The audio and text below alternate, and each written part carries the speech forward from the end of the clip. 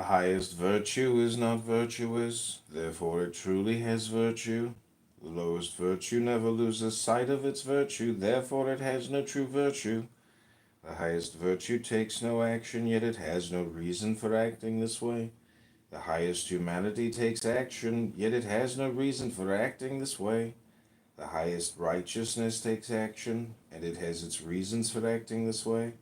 The highest propriety takes action, and when no one responds to it, then it angrily rolls up its sleeves and forces people to comply.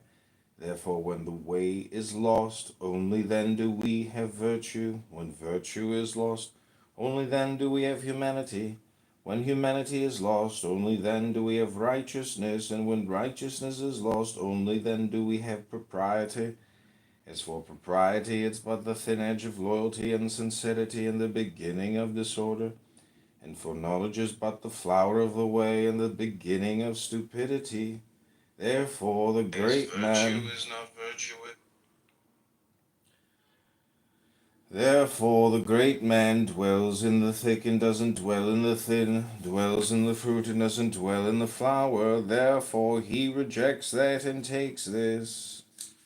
Of those in the past that attained the One, heaven by attaining the One became clear, earth by attaining the One became stable, gods by attaining the One became divine, valleys by attaining the One became full, marquis and kings by attaining the One made the whole land ordered and secure.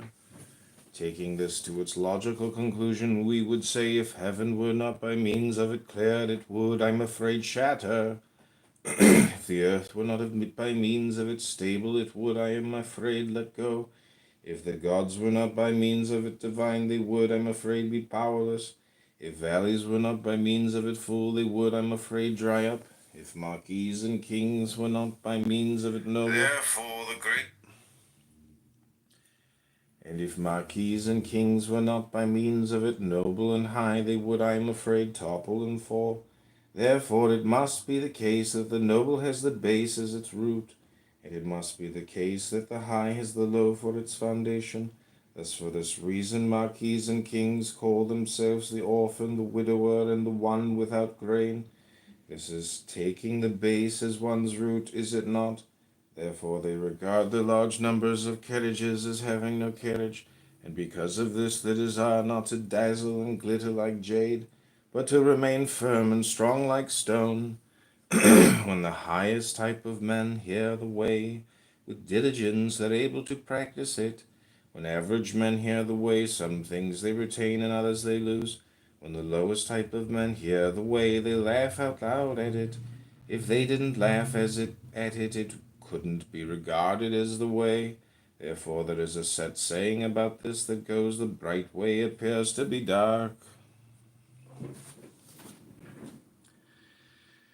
Therefore, there is a set saying about this that goes, the bright way appears to be dark.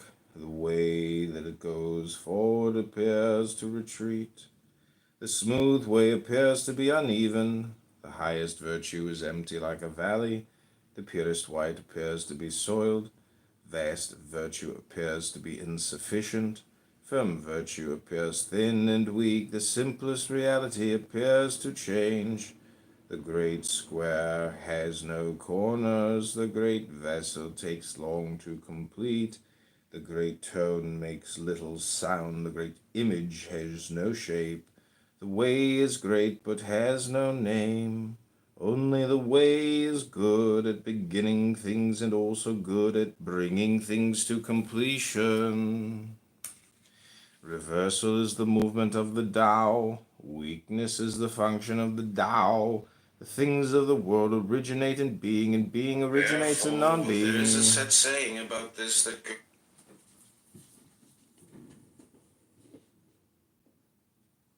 We are reading the Tao Te